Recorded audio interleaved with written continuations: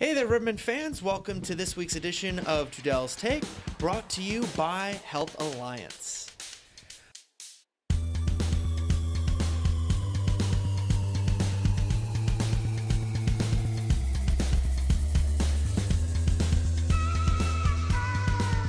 Well, Guy, coming off last weekend, 2 back-to-back wins in comeback fashion against one of the top 4 teams in the Southern Professional Hockey League. Doesn't get much better than that.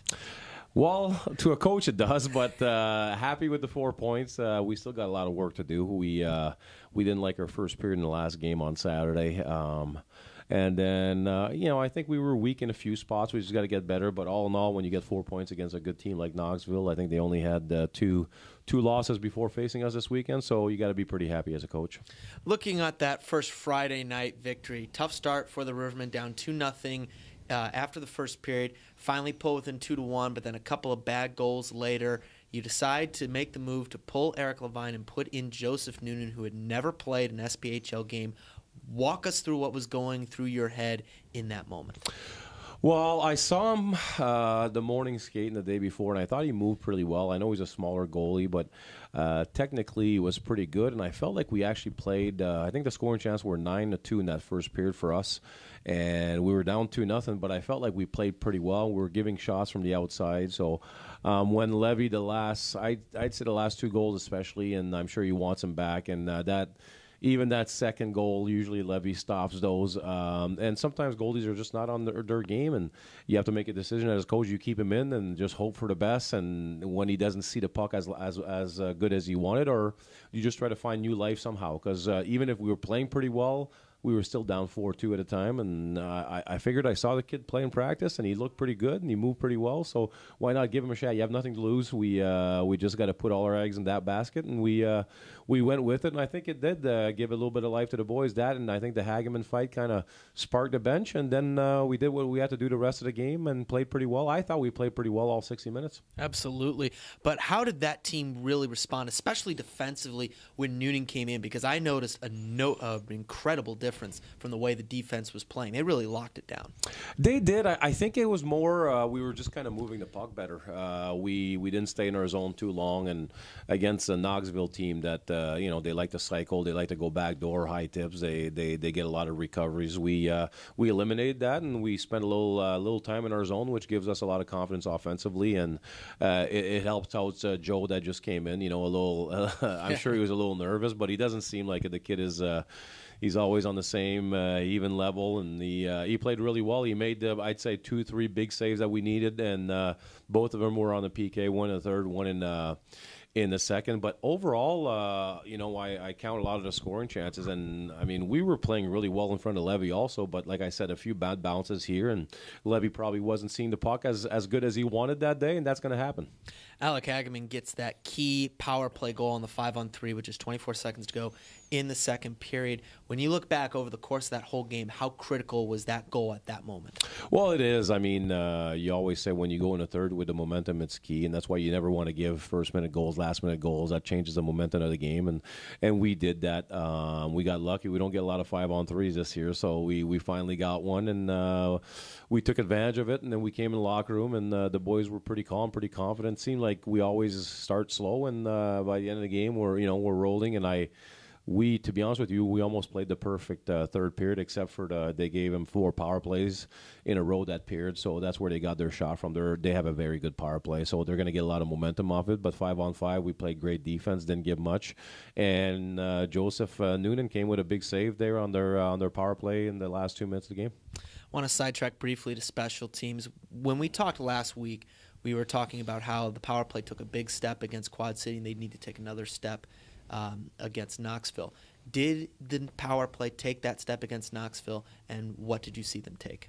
Well, yeah, I think that's the reason we won. I mean, special teams are key, and we won the special team battle all weekend. I think they were 0 for 8. We were 2 for 5. So we won that battle. To me, that's a score of 140 for us. So when you play 140 with your special teams, to me, it's your chances of winning the weekend is pretty good, and we did that. And we talked about it. They got traction in Quad City, and I think it's more players being together better for a while now. Now they're starting to understand. Now we have numbers that we can make 2 good power plays.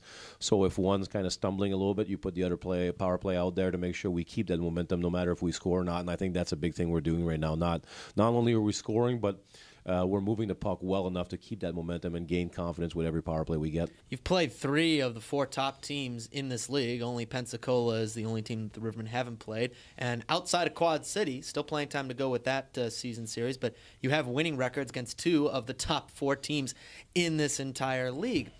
But when you look at it a little bit more in depth, I think one of another big steps the Rivermen took last weekend was they finally got through post-regulation. They had good chances in overtime, but they got a key shootout victory.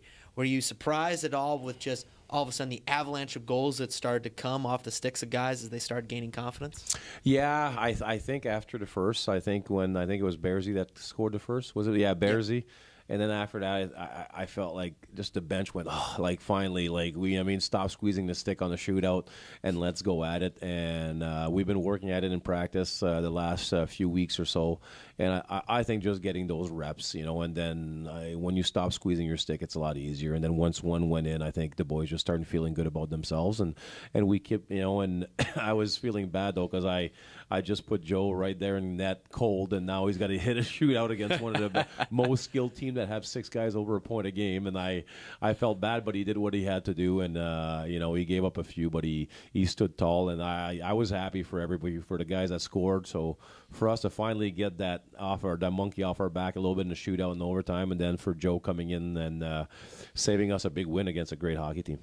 And then the following night, certainly anyone can beat anyone on any given night, but it's even harder, I think, in hockey to win back-to-back on consecutive nights. The Rivermen did that. How much of a bounce-back game do you think Eric Levine had on Saturday?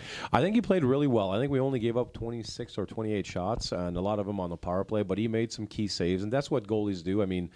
You're not going to be perfect against a team like that. I think we gave a lot of I think we gave more grade A chances in the second game, especially in the first period. We were very, very average, and then we started picking it up again in the second and the third. And then, but Eric saw some very good opportunities. He made the big saves at the right moment in the third there when he almost on his back made that save. And those are the type of saves you're looking for as a coach. It's not always going to be a Picasso, but when you do it at the right time, that's what we're looking for. And he kept us in. And even at the end of the game when we took that lead, I don't know, I was just not nervous. I knew Levy had us and he had our back, and they got that power play, another one with 2 minutes left in the game. Seems like it happens to us quite a bit, but he had that, and I still felt a lot of confidence in not only our PK but in Levy that he was going to make the big save. Jan Pietrowski with 3 goals, the hat trick in the second period. All kinds of players getting in on the score sheet. Alec Hagman, of course, with back-to-back goals on the weekend. You had Alec Bear, Mitch McPherson get involved, Matthew Clouche. I'm sure I'm probably missing 1 or 2 others, but Paulie Delorier with the game winner. I know I was missing 1. I was like, but I think that just proves my point. So many different players chipping in. Is it safe to say that this Rivermen team has finally found the depth scoring they've been looking for the front half of the season?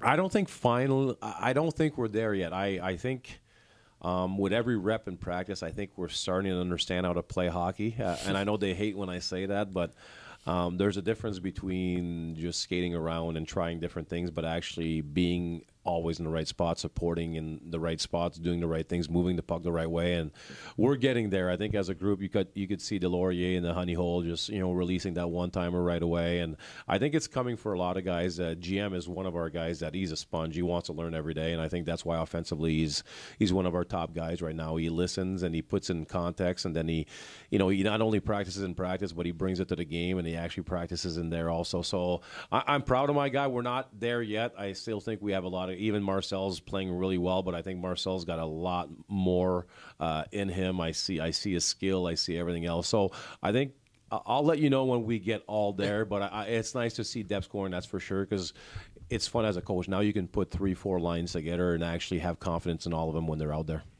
The Rivermen also have 4 straight comebacks in the third period. The last 4 games, you've seen a deficit in the third period. You've come back to tie all 4 of those games.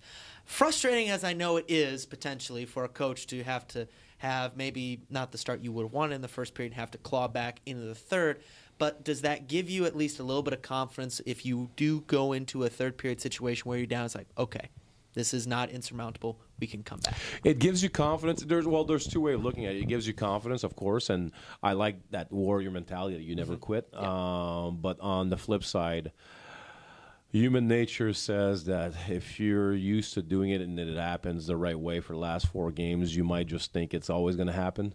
And if you go down in the third period, there's a lot more chance of losing than actually winning those games. So for us, we can't get comfortable knowing that we can come back. It's more about starting on time, doing the right thing, so we don't have to come back in the third. And I'd love as a coach just to be able to play with a lead and keep the lead. That's a thing we haven't done this year in the third a lot. So we got to get to that point also. So there's two ways of looking at it. We have warriors who are never going to quit. We know that. But as a coach, it'd be nice to make sure we start on time so we don't have to come back those stressful situations all the time. Right. Well, that's the next step of the development, I would think. Now the Rivermen's starting to get that depth going, starting to play that Riverman style of hockey, as you've mentioned, right around Christmas time, as you so accurately predicted. I'm still waiting for my lottery numbers, by the way. But do you think that's the next step of this team, learning how to take a lead early and then play with it over the course of a full game, especially in the third period? Yeah, I think it'd be nice because I think we still have some young defensemen that's never been put in those situations, and it'd be nice for them to see how to play confidently when you have a lead, even if it's a 1-goal lead in a third and against great teams, just to see how they react, because all their reps are key. We are preparing ourselves to be ready and peaking at the playoff time. So for us, all the reps in those difficult situations, stressful situations are key for our young guys. We have a lot of rookies, a lot of first-year players. It's important that they get those reps to make sure that they know what to expect when we come into big games. In the last 8 games, the Peoria Rivermen have points in all those 8 games in a row. It's now the longest active point streak in the entire Southern Professional Hockey League. Where is the confidence level in that locker room right now, Coach? I think we have confidence, but I think I have enough mature hockey players to understand that we have a lot of work to do. We know we're not even close to where we can be. We also know that we don't have every soldier going right now. We have to make sure that everybody's on board pulling on the same rope. So I think we're a very smart hockey team that way. I think we're happy. We had points in the last 8 games, but I felt like a lot of those we lost a lot of points also in the last 8 games that if we would have started on time or played the right way in certain situations, we would have been okay. But again, that's a growth process that we're going through right now with a young team, with a team, like you said, with a crazy year like this year when, half the games we didn't have a full roster. And, it's just growth, and we just got to keep going and learning from those mistakes. But at the same time, like you said, keeping that confidence, knowing that we can come back, that we can win some hockey games, even if we're not a full roster, even when we're missing important key players, we can just keep going and just, I call them chomping points. Right now it's time of year that you're in the dog days. Christmas is coming, then January, it's cold outside, it's dark. You just want to keep chomping points and make sure you put yourself in the right situation when the playoff starts. And you got the winter hat all ready to go. For that I'm ready, weather. man. I love my ribbon hats, my ribbon gear. So and you know me, I'm too old and I don't have enough of an ego to look good in interviews, so I'll put whatever I want on my head. Speaking of the upcoming schedule, the Rivermen have a split weekend. They go on the road to face off once again against Quad City before coming back home, where Rivermen fans get their first taste of the Vermilion County Bobcats. It is camo jersey night. The Rivermen will be wearing some specialty camo jerseys courtesy of the McLean County Sportsman Association. When you look at the unique challenges of this weekend, playing two of your in-state rivals, Quad City, who you know very well, Vermilion County, certainly feel like the Rivermen owe them big time. And, of course, with the holidays coming around, what's the key focus for this group to make sure they don't maybe look ahead? That's exactly it. I've been in a lot of situations with us where a break was coming or something was coming and we were looking towards a break, or instead of focusing on what we have to do. Our break doesn't start till after the game against Vermilion. I feel like as a hockey team, I know as a coach, I don't know if the players still have the same mentality, but we feel like even if we felt like we could have won both games in Quad City, we still lost, and we owe Quad City. So we got to go there with the right attitude and the right work ethic. Because to me, Quad City, I played all the top teams right now, and Quad City, even if they lost a lot of players called up, they have the most depth in the league, so they're still going to be fast. They're still going to be good, so we got to be ready for them, and they're playing at home. I think it's our 5th straight in Quad City right now, so they're going to be ready, so that's going to be a great challenge there. And then after that, when we come back against Vermilion, human nature again, just you're going to look at the record and say, we should be winning, but at the pro level, should be doesn't guarantee anything. So Vermilion's going to come in, and they beat us in their house 2-1 in the shootout. So they think they can beat us. I always say when you give somebody hope, they usually take it and go with it. So they're going to come here hungry. They don't play Friday night. They're going to be fresh. So for us, it's going to be ready and make sure that we finish on the right note. So when we come back from the Christmas break, we're happy, confident, and ready to attack the meat really of the season. A lot of 3-3s and a lot of hockey games, but it's going to be fun. Looking forward to it, Guy. Thanks so much for your time. We'll talk again next week. Thanks, Ruffer. It's been Jason Ruff with Jean-Guy Trudel for our weekly Trudel's Take, brought to you by Help Alliance. We'll see you next week, Riverman fans.